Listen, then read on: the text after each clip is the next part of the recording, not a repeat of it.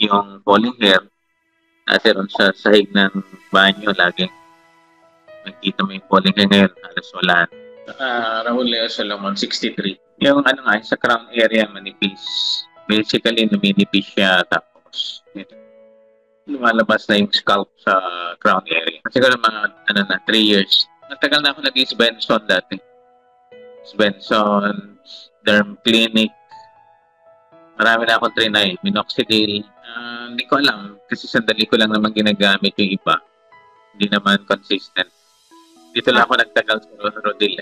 Sa stress, tapos uyat, tapos yung kulang nga sa tulog, tapos kulang sa healthy food. Siyempre, mahirap kasi yung pag-uusapan, tapos halatang-halata.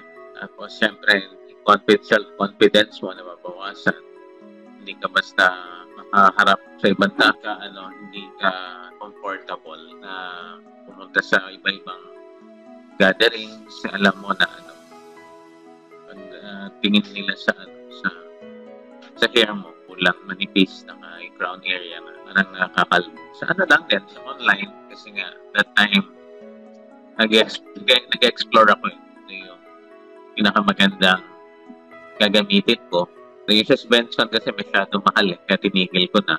Sa online naman, naghahanap ako hanggang sa na-discover ko na itong Rodil, trinay ko. And so far, ito na yung nag-stick na ako dito. Kasi nakita ko yung may improvement. Maganda lang kasi yung yung mga advertisement, marketing, yung mga pictures doon ng mga gumamit ng Rodil. So, nainganyo ako na i-try. Tapos nakita ko naman na totoo, nasa mga testimonials, advertisement, effective siya kasi basta continuous lang and consistent yung paggamit. Makikita mo yung improvement. So yung dating labas na yung scalp ngayon, may mga tumutubo na sa crown area, tapos nabawasan yung falling hair. Dati ron sa sahig ng banyo, laging nakikita mo yung falling hair ngayon, halos wala. Nakikita mo na kumakapal din. Pero may 1 year na. Kung i-rate niyo po siya from 1 to 10.